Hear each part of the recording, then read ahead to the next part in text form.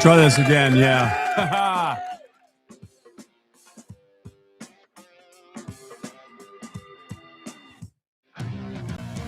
It's Wednesday. You know what that means. It's time for Randy's Guitar Attic on YouTube. So sit back for the next hour and talk guitars and much, much more. So here's your host, Randy. Yeah. I think we got it right this time. We got it right. Yeah, we got it right. I think we got it right. All right, so here we are on a Wednesday night of the show. All right, so there's an intro. Yeah, you heard it this time. Okay. Yeah. You got the guitar now?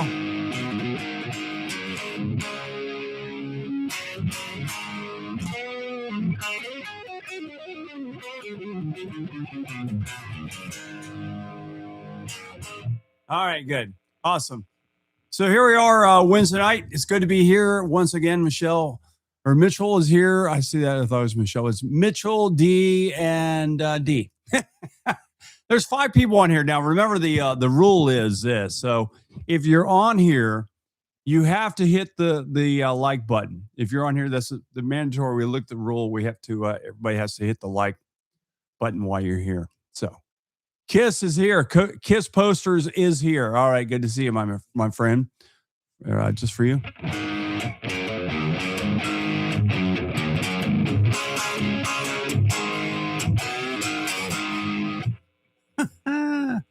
All right, so I know some Mike is actually picking up the guitar a little bit too. There's Michelle. Where's Brian? Tonight we're actually it's going to be a little fun. We're going to have a little fun here just for a little bit. We will have a special guest calling, or I'm going to actually call him here in just a few minutes. We'll have him on and talk a little bit about some other stuff. So it's kind of a treat. We don't usually get to call or get guests to call or whatever. It is what it is. So we'll have that happening here. We got 9 people watching. We only have 5 likes. So the rule is, like I said, you have to hit the like button. If you're in here watching for any amount of time, you have to hit the like button. So please do that for me. If you're in here, we got 6. All right. Now, okay. A couple people dropped off. It was too much pressure. And they said, I can't do that.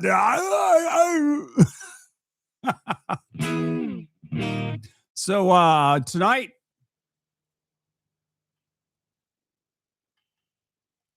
a Fender Jazzmaster tonight. By the way, the Fender Jazzmaster you're looking at, if you like this guitar is for sale. Yes, it is for sale. So if you like it, you can find it at the Guitar Attic. Terry was number 6. Terry, you're going to like my special guest tonight. If you just joined and you did not hear me talk about it, I have a special guest joining us in just a few minutes. I have about 4 minutes. They'll join us about 4 minutes, and I'll make that little call over to him to make sure he's on here because he could not join us in person. Brian is here. I was going to say, Brian, where's Brian? Michelle is here. Where's Brian? So, all right. So we got 9 likes. So somebody is, we have 10 people in here. We only have, we have 10 and we only have 9 likes. So if you're there and you haven't hit that like button, now we got 11. Got to hit the like button if you're in here. Just the rules, folks. Just the rules. I don't make them. I just enforce them.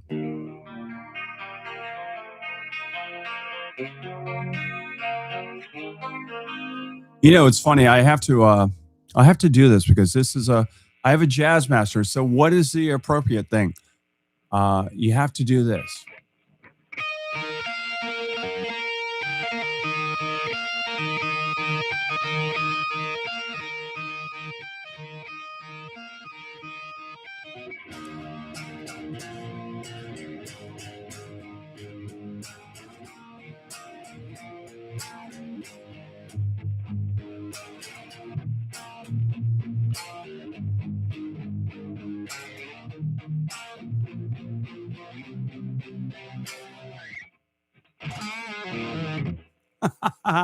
Nirvana. All right.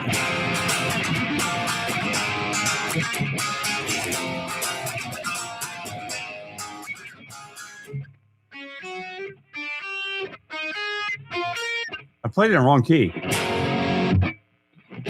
Played in the right key, but it's actually I'm tuned differently, so it kind of threw me off. All right. So, anyways, I'm watching my time because I told my special guest I was going to call him at 10 after. So I don't want him to, hopefully he doesn't fall asleep. Let's see here. Just want to make sure everything's good. So, all right. See if he's still on. Okay, he's still there. Just want to make sure. I get with this. I ask people to be on the show, and a lot of times they'll say, "Yeah, I'll come on the show." Yeah, and then they don't come on. So how about pedals at the shop? Keep thinking I want a blues driver or maybe one of the Keeley blues disorders. Both are good pedals. Can't go wrong with either one of them. So, need water. Other mic must be on. I'm thinking, yeah, that's what it was. The other mic is picking up. So I was like, what is that noise? The other mic was on. I forgot. I have two mics in here. One is for when I do have a special guest in the studio, like I did with Bruce, and it was on. So, all right, let me look here.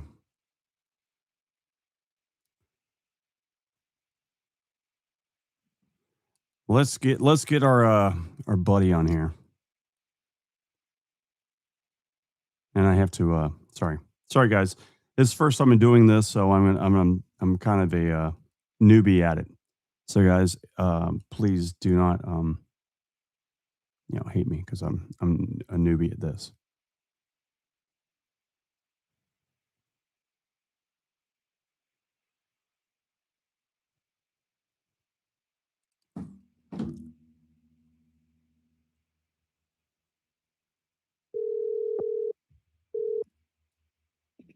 Randy Pepper. Hey, ladies and gentlemen, please welcome to the show. It's Pat Patterson, the racing guy from Sirius NASCAR Radio and the Performance Racing Network. Pat, how's it going? It is great. How are you tonight, Randy? I'm doing good. You're live on the air, so watch what you say. I don't want you to get fired from Sirius. I don't think I'm going to say anything to you that I wouldn't say to them. I'm going to worry about that, Randy. Just to paint the picture, set the. They like to say, old Pat here is right in the middle of the infield, Daytona International Speedway, the world center of racing. We have just listened to the national anthem being sung over the, and in just mere moments, there are cars on the racetrack, one at a time. There are two tedious, boring around the 2.5 mile oval, high banked oval, and we will watch each one of them bounce on the backstretch. The driver's head like a bobblehead doll, down and up and down and up and down and up and down.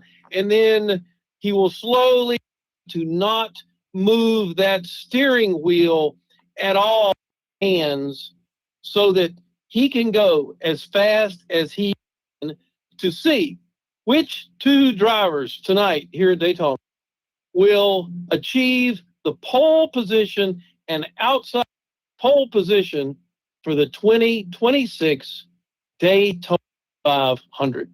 Yeah, yes, sirree. It's gonna be a great race.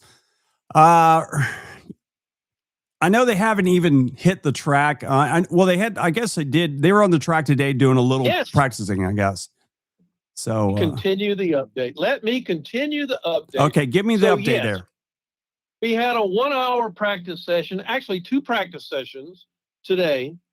And all cars were required to come to the racetrack, except 2 cars decided not to come out.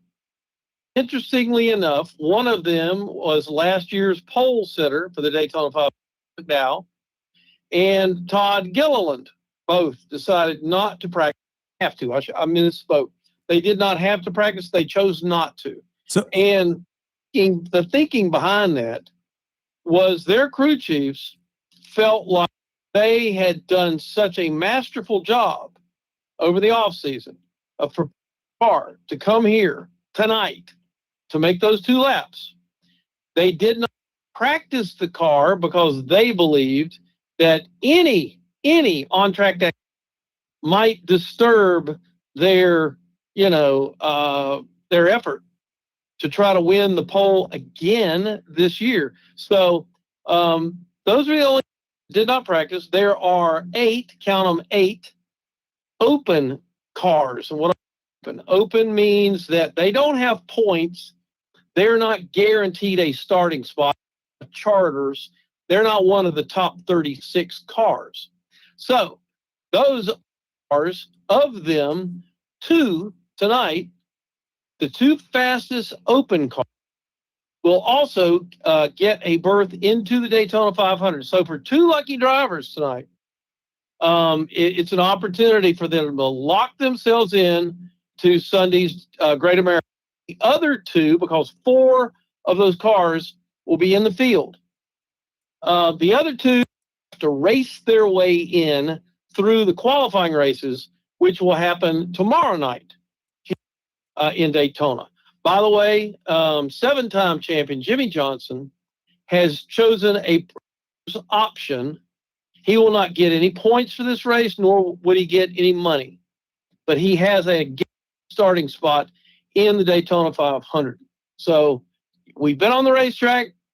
We're the buzz in the garage after those practices were that nobody really got clean laps. And what do I mean by that? That means that there was some aero from all those other cars almost the entire time that your car, if you were driving one, could have used some of that aerodynamics to get what would be an imperfect time on your car. You wouldn't really know what you got.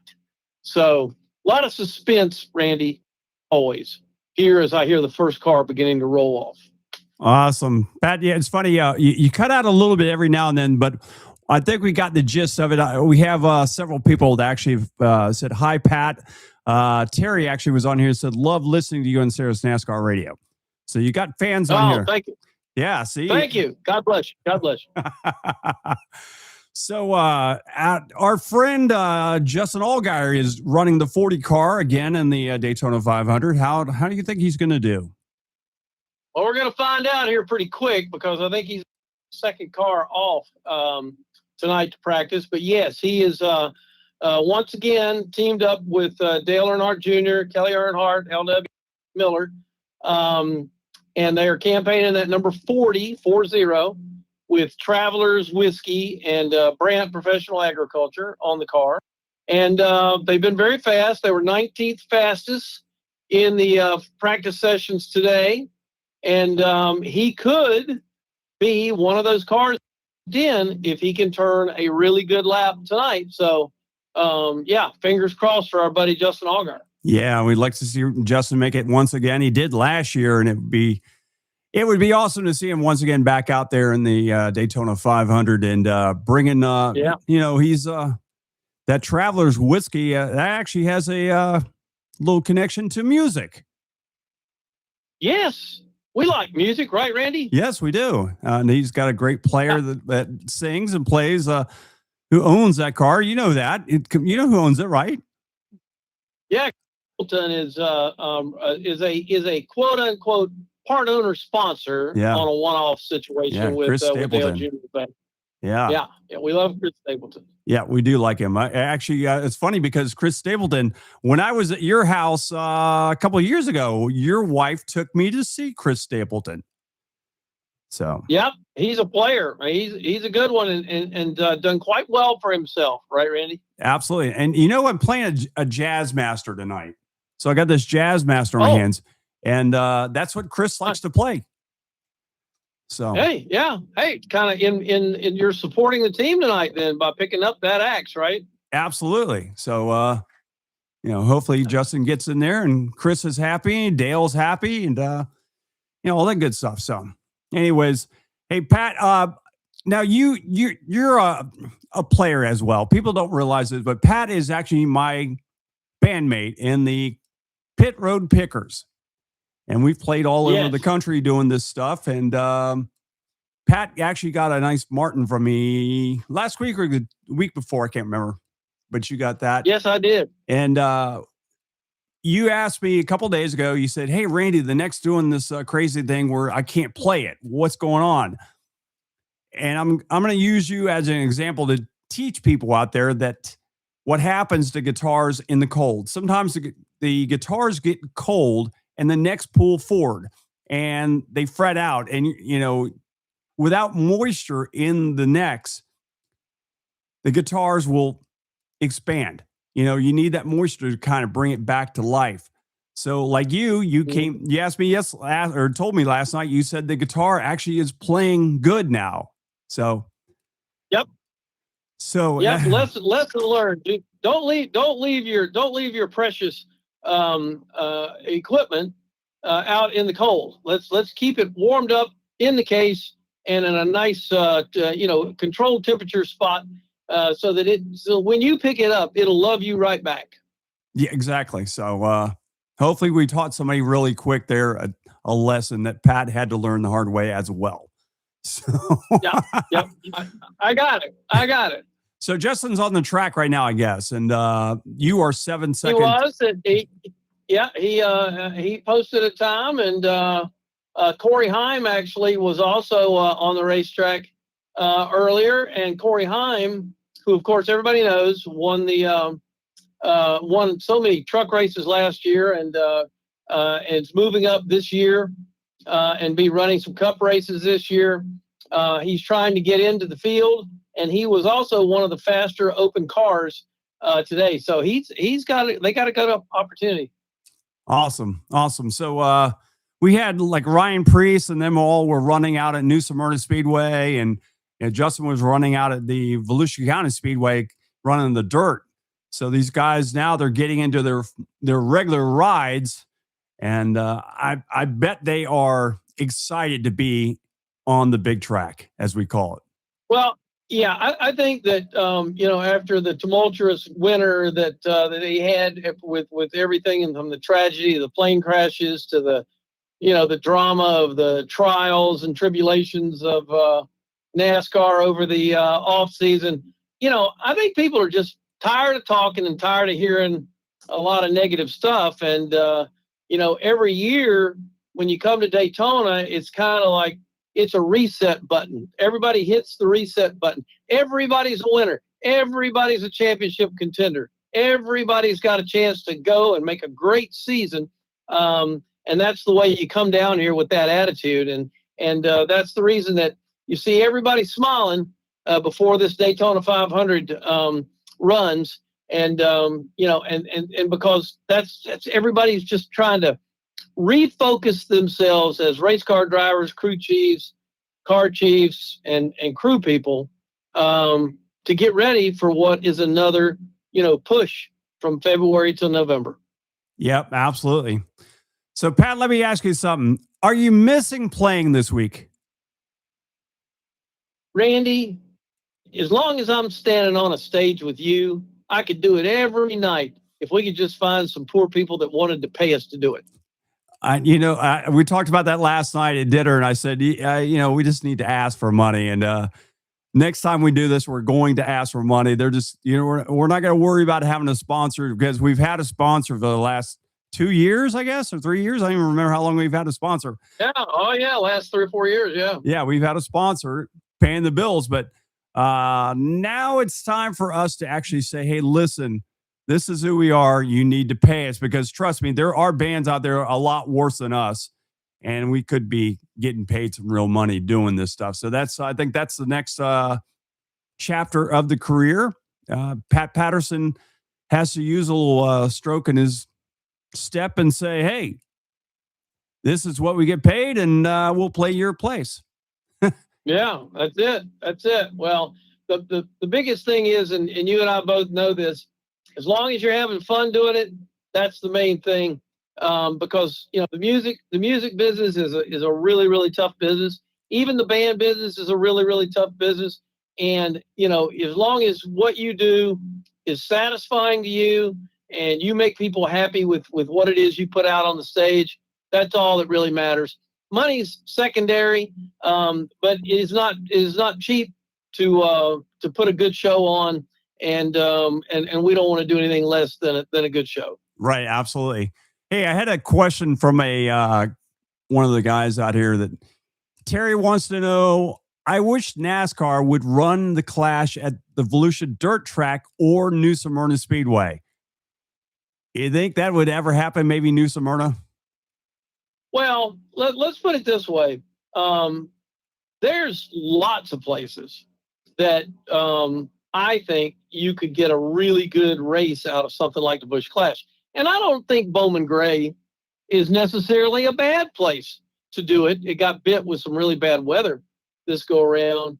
But, in my opinion, all that money that gets spent to do the Busch Clash, I believe there's a lot of places that we could go and add another race that I think would be as good or better than the Busch Clash. But you got to have some kind of warm up for the Daytona 500.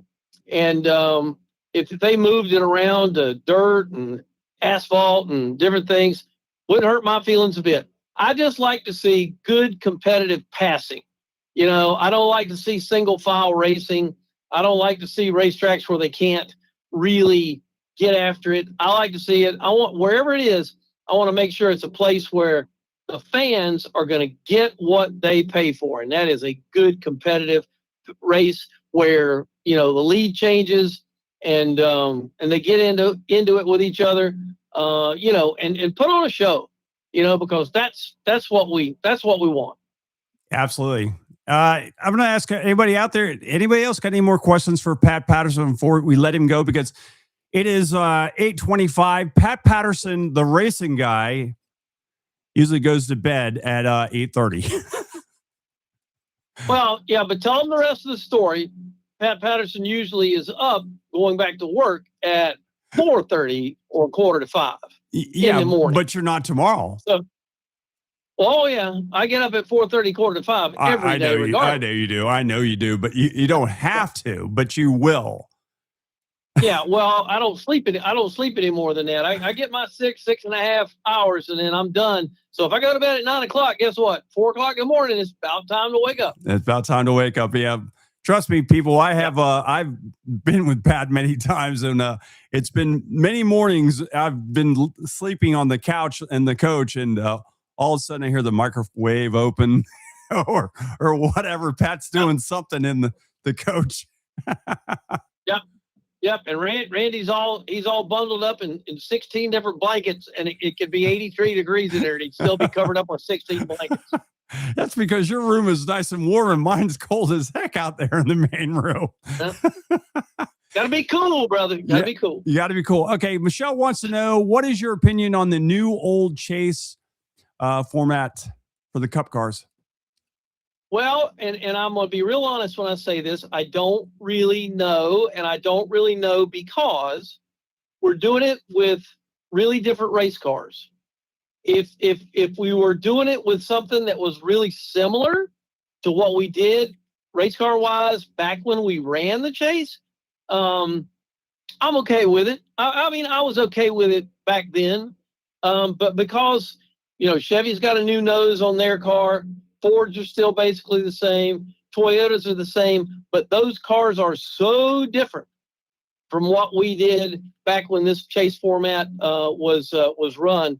It's hard for me to say, oh, it's going to be great, or oh, it's going to be terrible. I don't know what it's going to be, and to that end, I'm kind of anxious to see how it's going to turn out.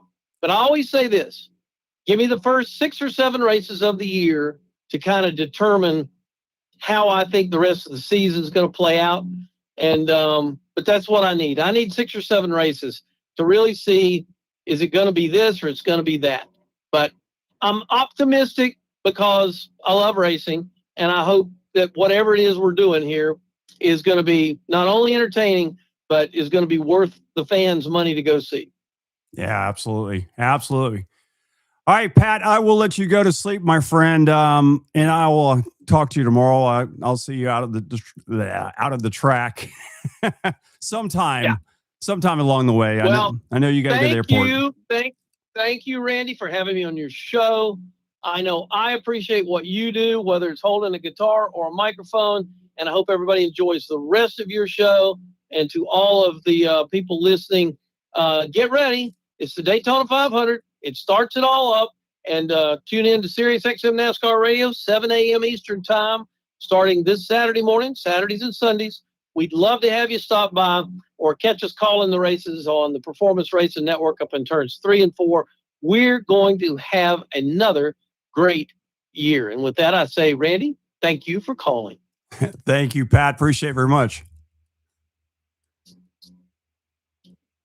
So it was Pat Patterson, the racing guy, joined us for the night for a little bit here. And man, it was awesome to have him on here. So I hope you guys enjoyed that. It was a little different. I see Trips, you have joined us, and your wife wants to know if we know or remember Fireball Roberts. I was going to ask Pat, but I know Pat remembers him, and I have to share my story about Fireball Roberts. Fireball Roberts lived here in the Daytona Beach area. He was friends with my mom. And back when I was just a little itty bitty kid, I couldn't go, but he took my sister, and both my brothers around the Daytona International Speedway in his car. And they got to experience that back then. And that was prior to him dying. Unfortunately, he did pass away in a tragic car wreck and during one of the races. So, but that was Smokey Yurnik. We remember Smokey very well. Smokey actually was the NASCAR cheater. There's a house. Me and my wife were looking for a house a few years ago, looking for a new house. And we went to this house, and it's not far from my shop, the Guitar Attic, 1672 and a half Ridgewood Avenue, just north of Flemish, beautiful North Holly Hill. We went over to this house, and it was a rest home that was converted into a house. But it was a house first, and then it was a rest home, and they were converting it back. And it belonged to Smokey Yurnik. That's where he did all his magic. It actually, down below the house, it had like a basement that went underneath. And he would bring the cars in, and he would perform his trickery before he took the cars to the track. And he would hope he got away with it. So it was kind of neat about Smokey. I actually have one of his die-cast up here on the wall. So anyways. All right. So we've had NASCAR talk, and we're going to probably be a little short tonight because I actually have to travel to Orlando tonight. Unfortunately, my dog that I had for a while that lived here since he was born and stuff, Winford, my other Great Dane, it was called the Dog Garage. Exactly. So Winford, today they found out that he has AFib. He has AFib. And my daughter's freaking out. She thinks they're going to put him down. And we hope not.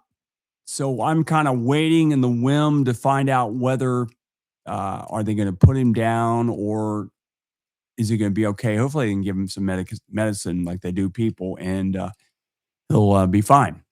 But they found that out today, and I'm kind of like,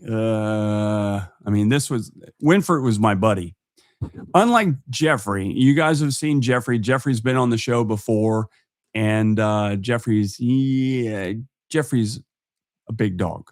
He's a big goofball, but he's a lot of work. So.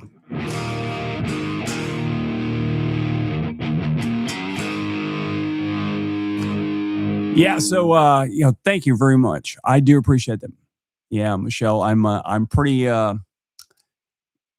I'm kind of it's weird because I haven't had a dog pass away in a long time, and hopefully that's not what's going to happen to him. Like I said, he's my my buddy. He's my buddy, and I would hate for anything to happen to him. So once again, we have the Jazz Master on tonight. This Jazz Master is for sale at the Guitar Attic. I've had several people say, "Why do you not feature guitars on here that you sell?" So here is one that is for sale. This is a Fender Players Edition, Players Plus, excuse me, because it has a locking tuners, and there goes the tremolo. The tremolo just dropped on the ground. So I got to put the tremolo back in the guitar. So, but this guitar is for sale. It's $600, $599.99. So if anybody's looking for a nice Jazz Master, I've got one.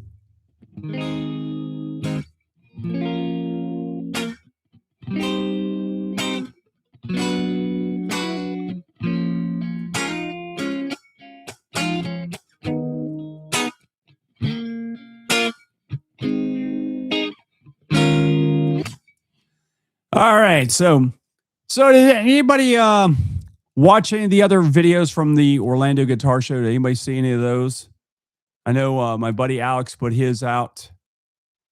PR549 Junior Samples.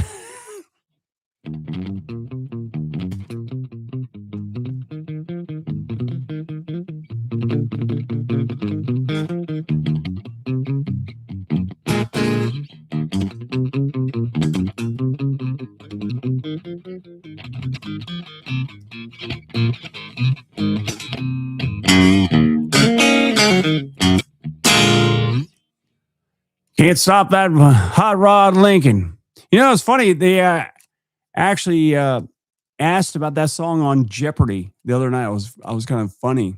I looked at it and they were talking about music, and that song came up, and nobody knew it. I knew it right back. I was like, Hot Rod Lincoln. Pat Travers actually covered that on his first album. Actually did that song. So that was where I learned it from. I know it was from was it Country Joe and the Fish? Anybody know? Anybody can reach out and let me know who actually did Hot Rod Lincoln. Commander Cody? God, who did that? I know it's, like I said, Pat Travers did it on his first album. And then, but it was a cover. Pat Travers actually on his first album, he actually did a couple covers. He did Magnolia, which was from J.G. Cale. Yes, sir. I've watched all of the ones so far. Okay, cool. I know Steph has. Steph, did you yeah, it was Commander Cody. Yay, I got it. Yay, I got it the second try. Steph, did you see the latest video dropped? I was hoping it was it should have been for all members only. Commander Cody into the Lost Planet Airmen. Yes. I've seen a few of the guitar show videos. Saw one today and mentions Ross Tegan. Saw one the other day with Mike Blum Shoots. I don't know. From Jax. I don't know who that is. Okay. I've seen a few of them. I know Bad Brad was there, and I did see him. When you text me back, I was watching it. Oh, okay, cool. Awesome. All right, good. You were watching it. I just want to make sure it did get out there. I just want to let you know, if you're watching this and you do watch the video, the very first thing I'm doing, there's a guy hitting an annoying drum, and then there is a guy with a President Trump guitar that I did look at and checked it out. Just looked at it as a guitar. But the guy did a good job with it. I thought it was one of the Chinese guitars, and this guy actually did his own artwork on it. I was like, wow, that's pretty good. So if you get offended by people talking about Trump, I'm sorry. I was just checking out a guitar. It had nothing to do with the president. other than it was a guitar with his face on it. So I would have done the same thing if it had, I don't know, Barack Obama or whoever, or Gerald Ford or whoever. I don't know. I'm not really much into that stuff. I just thought it was kind of a cool guitar. I was a guitar dealer at the Orlando show since it was at the Tupperware. Yes, me too. I've had health problems the last 6 years, so I stopped doing the shows. And now you add Sarasota and the Orlando shows. Or now we have, we actually, no, you're forgetting one. We actually have more shows. We have the Orlando show in February. I'm going to call it February. Then we have in, what do we have? Trying to think one month. Okay, that's right. Asheville, North Carolina. We'll be at that one in just a couple weeks. We'll be up there checking that one out. And we'll have a booth up there. Then we have in June, we'll have Sarasota. We'll have that. Then we will have, after that, we'll trying to think how they, we'll have Atlanta. That's right. We have Atlanta after that. Then we have, I'm trying to think of the order. All right. So then we have Space Coast Guitar Show, which is in Cocoa. So we have Coco's got a show now. It's Melbourne, Cocoa, whatever. And then we have the Tampa show. So we actually have a lot more shows than we used to. So, Lazy Boy, what shop did you actually have? I mean, if you've been doing them, you haven't done them in the last 6 years. I mean, we did guitar shows together, I'm sure. So, I mean, I've been doing them for 30 years at least. Joan Jett is at the Strawberry Fest? Cool.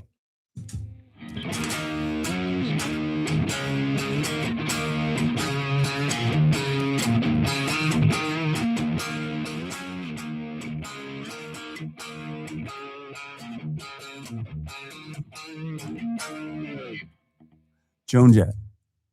Love me some Joan Jett. Joan Jett, actually, I saw her open for The Who. It was her and the B-52s.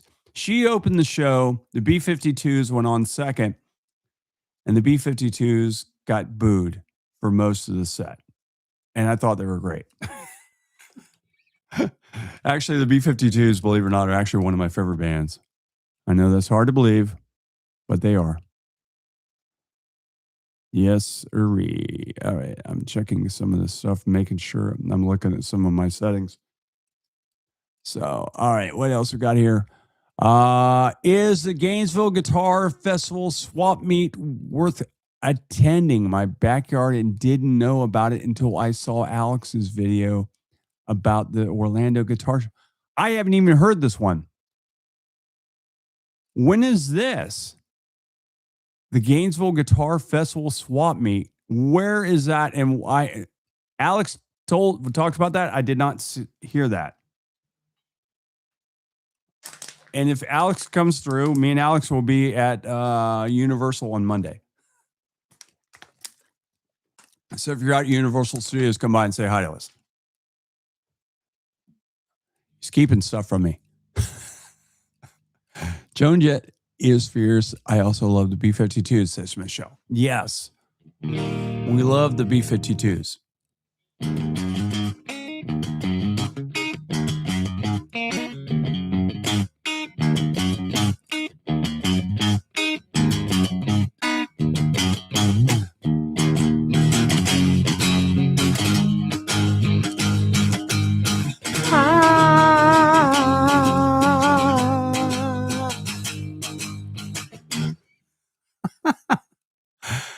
March 14th, downtown Gainesville. March 14th. That's the week after we get back from Asheville. What is March 14th? Are you kidding me? Don't tell me it's March 14th. I think I just booked a gig for March 14th. I did. I won't be there. I just booked a gig at Riverside Johnny's. All right. So let me ask you guys. So my change of view here, I have, if you can see, I have the camera coming down at me now instead of right in front of me. I did this actually. Alex's cameraman, Thomas, is the one to blame for this. If it doesn't look good, if you don't like the way I look this way, let me know. I'll go back to the other way. One thing I do like, I would like to go lower, but it is a little high for me. But a little high, man. I get high with a little help from my friends. I love the Guitar Addict and our people who are in the subscribe to the channel. Yeah, people, please, if you are new to the channel, please subscribe to the channel. All right, so Kiss likes it. Kiss likes it. That's cool.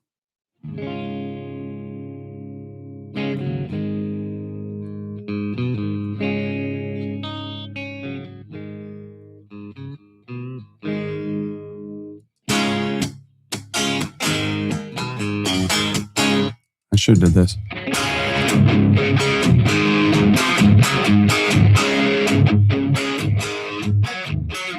That's it.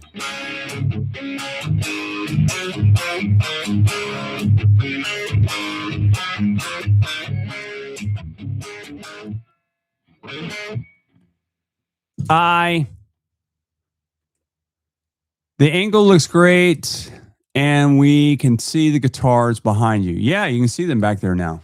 Yeah. You can actually see my rig back there. It's pretty funny back here. I don't know if you know in the PRS, the red one, you see a mask on there. I have to tell you this story because this is kind of funny. So for months, actually over a year, I discovered this guy called the Michael Myers of Decatur. He's up in Decatur, Illinois, I guess it is. And he terrorizes the town dressed as Michael Myers. Well, this guy, I idolize him. I think he's great. I think he's awesome at what he does. And I decided that I would get one of those masks.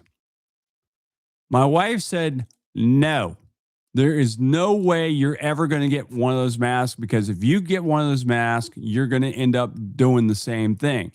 I told her, no, I would not do that. I just want the mask so I can have it because I love Michael Myers. So she still doesn't believe me. And my friends, Debbie and Jason, for Christmas, we just celebrated our Christmas yesterday with them. Her husband, Jason, bought me the Michael Myers mask because he knew what would happen. Yeah, I'll probably wear the mask in a few places.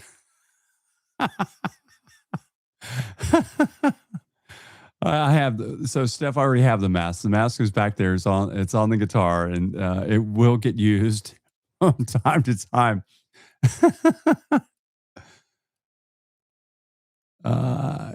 Okay. So your daughter says the video says it takes pounds and years, takes off pounds and years. Really? So do I know? And so now I look like I'm in my 30s again. and now I weigh. Well, I only weigh 175 pounds. I don't weigh a whole lot. I'm 6'1" and 175 pounds. I'm not really heavy. So now I weigh 150 pounds. Although I wouldn't mind going back to 150 pounds. My wife said, no, you're not going back to 150 pounds. I said, why? She said, no, you'll look anorexic. I said, all right. So I'm not going to do that. I'm not going to do that. I'm not going to do it.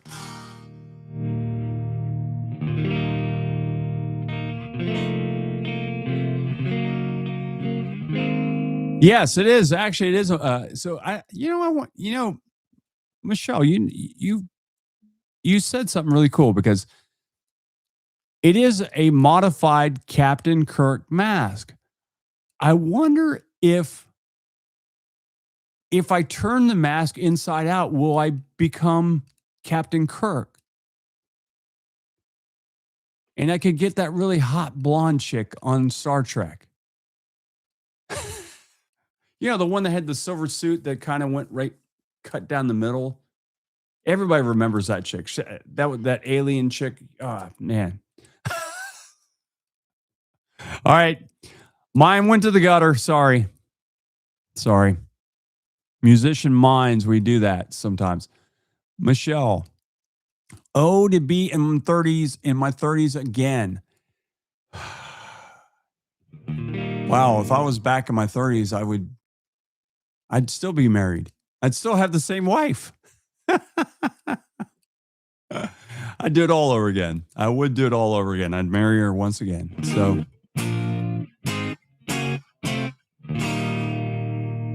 all right. So let's go back to that.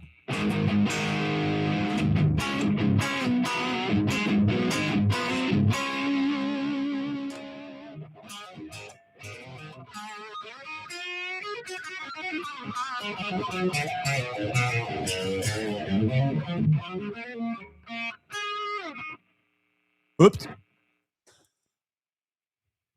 Florida guy, your guitar has really good tone. Well, thank you very much. Don't tell me it's a guitar. This guitar is available at the Guitar Act 1672 and a half Ridgewood Avenue, just north of Flomish in beautiful Holly Hill. It's actually the Quad Cortex. Yeah, this Quad Cortex is doing all that. So it is not an amp. There's the amp back there. The Egnator, I haven't fired that thing up in 2 years. At least. No, it's been probably 3 years. Yeah, probably 3 years. Wow. I need to fire that up.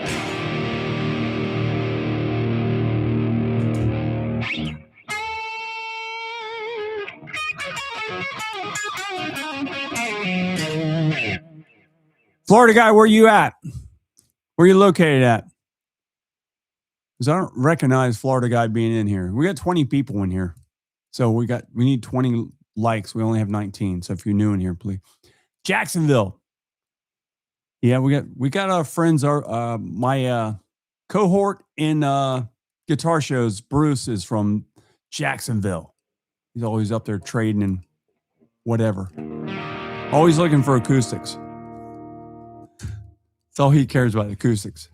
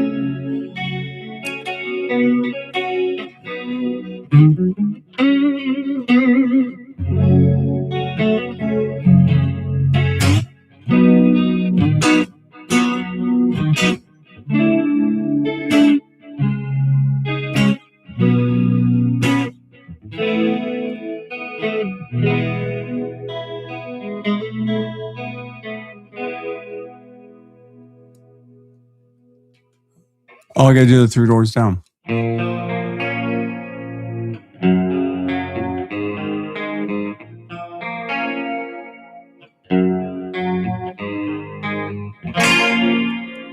Here's my Brad. That was my Brad there. So I was actually doing a Rocket Man because I think we have a launch going off soon. So Kish, you're in Miami Beach. I'll be down there not long, not too long. I will be going out on the Carnival celebration for 7 days. Can't wait. Cortex is nice, better than my dual half stack. I can't carry the stacks anymore, so the quad has to do it. Anybody is in the Melbourne area, I will be at the Lose Blues this Friday night. So if you're out there, come down and see me. Maybe with the occasional astronauts playing once again. Going to be a good time. We had a good time last week. We played at Ruby Street Grill, And man, oh man, the crowd, I don't know what it is, but those people, they love us. It is a lot of fun. I tell you what, it is so much more fun when you go play a club and the people really, really like your band. They really are into it. It's hard to play a club that you go into and they just kind of look at you like you don't know what you're doing and why are you here? Yeah, but we go to Ruby Street and they really get into it. They're constantly asking, play this, play that, and we play, pretty much everything they want to hear.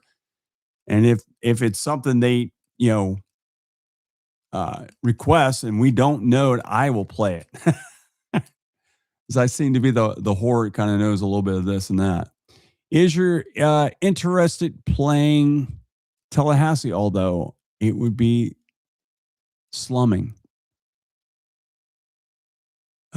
If you're interested in playing Tallahassee, although it would be, I have played in Tallahassee. When I was actually in an actual sign band that actually did stuff, we played a place called the Moon up there. So if you're from that area, you probably know what the Moon is. I did shows there. I do remember that we did a few shows there.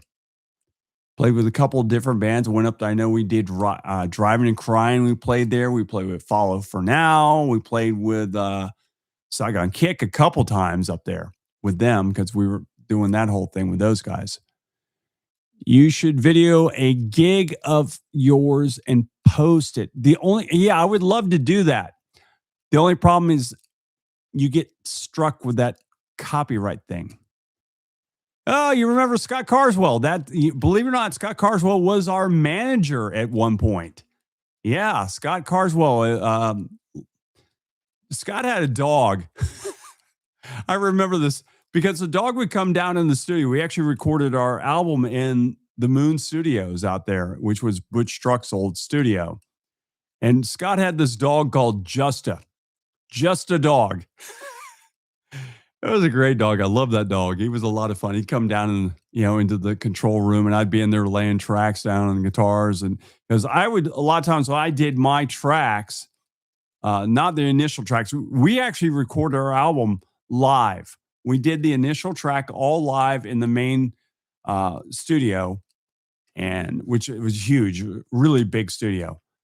And we did our initial tracks that way as a live band because we were a live band. We played all the time.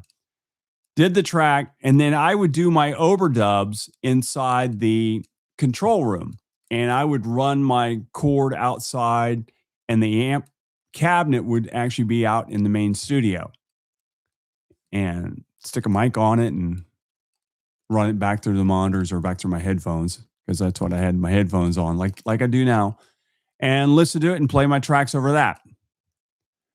He banned me from the Moon. He refused to pay his kid's birth in a private room, and I collected the debt. Well, I don't remember. I refused to pay his kid's birth in a private. I don't understand that. Okay, that's funny. I don't know what that means, but Scott was Scott was Scott. Oh boy. We when we did our album, it was funny because John Kurzweg, which you guys probably, if you know who Creed is, you'll know who Scott or John Kurzweg is. John actually was the guy that discovered Creed and actually recorded all their albums. He was the main guy for doing all the engineering and stuff.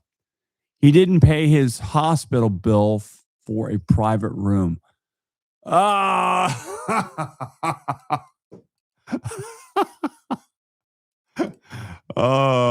boy, oh boy. Scott. Yeah, God rest his soul. Scott, towards the end, it was pretty wild because I think he got a little bit of the dementia thing because he didn't remember a lot of stuff at all. It's like I call him and talk to him. He was like, he just didn't remember what he was doing or anything. So John had the house band at the cab stand, radio bikini. John, it's pretty funny. John actually, we were in the studio and recording our album, and John, played on our record. A lot of people, he didn't get any credit for it, but he was actually on our record. And we were in the studio one day, and we're actually in control room, it's just kind of sitting around talking, and he goes, "I got to take you guys down to Bullwinkles." And I was telling, it's funny because I was telling Tremonti, Mark, about this. I was hanging around at his house one day. I said, "Hey, man, yeah, the first time I ever saw you guys it was at this place, Bullwinkles." And him and Scott and Scott goes, "Oh, really?" And so we're talking about this thing, and John told me, "Let's go down and watch this band." And so we went down to Bullwinkles, and the band was Creed, and they were playing covers in Bullwinkles, and with like, these guys are really good. And John goes, "Yeah, the originals really are good. They're a much better band as an original band than they are as this cover band." They were playing Red Hot Chili Peppers, but they were playing some more dancier stuff as well. And I think it was kind of funny because Mark didn't. When I was like telling him about it, he was like kind of like didn't want to talk about the dancier stuff. I was like, "Dude, you had the dance floor was packed." So he helped Eric Durrance from our local heroes, the Tobacco Road Band. Oh, cool. Yeah, I mean, I still talk to John every now and then. So I do keep in touch with him as well as Mark. And it's pretty cool. He was out in LA producing the Eric album. Yeah. Cool. Very cool. Yeah. So yeah, John's got a great ear. He really does. I mean, I knew John a long time ago. John played in a band called John Kurzwig and the Night. If you want to look this up, he actually played in this band, John Kurzwig and the Night. So that's where he came out of. Big Dismal. Okay, was that the band that was there called? Or the album?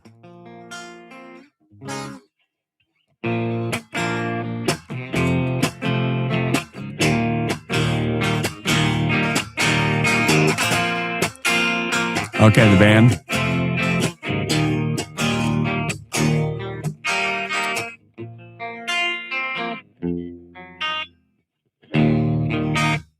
Oops.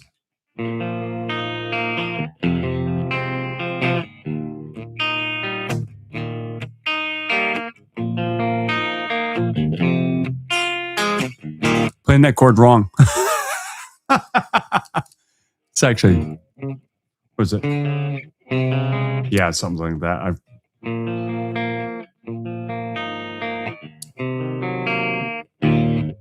What's that chord go? I don't know. No, is it? Can't remember how I played it. Anyways, doesn't matter. Does it? That's it. Yeah, I'm like looking at it going, wait. Cartel Rocks? No, I did not ever hear that. The band I played in, by the way, was called Einstein's Attic. And like I said, we used to play up there in that area. We never played Bullwinkles. I played at Bullwinkles actually with a band called who did I play up there with? Oh, the Suspects is who I played up there with at Bullwinkles. I did that early on, many years ago. Yeah, it's funny. Okay, so if you take, I just realized this. This is kind of funny. So if you take, what is it?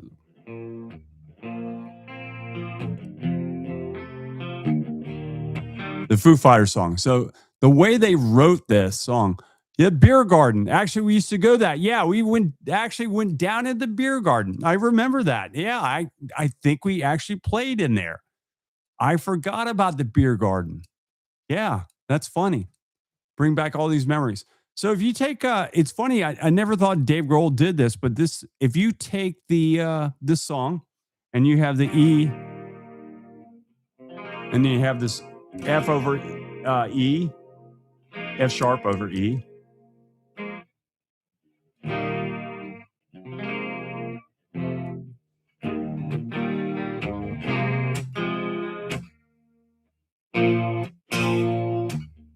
I'm actually backwards. I'm thinking about backwards.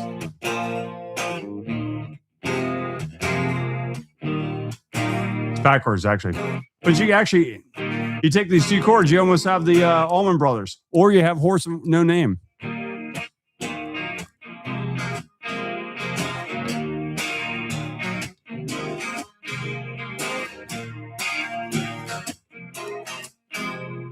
I've been to a titty bar with $2 my name, and I didn't get a dance. Oh, wrong words. I bet nobody can tell me who did that song. I know no one can, because I don't think he ever released it. But somebody might. Central Florida people will kind of remember that.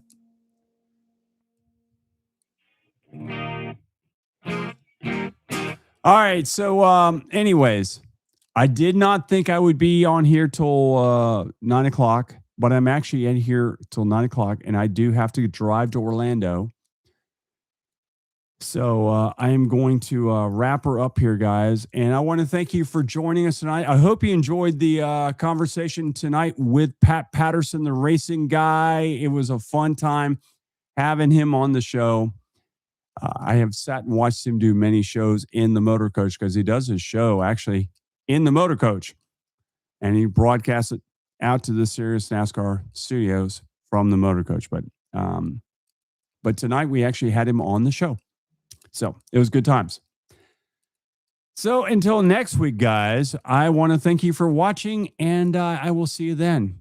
Bye, guys. Thank you.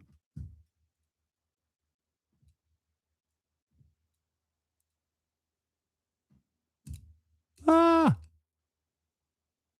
intro is not working.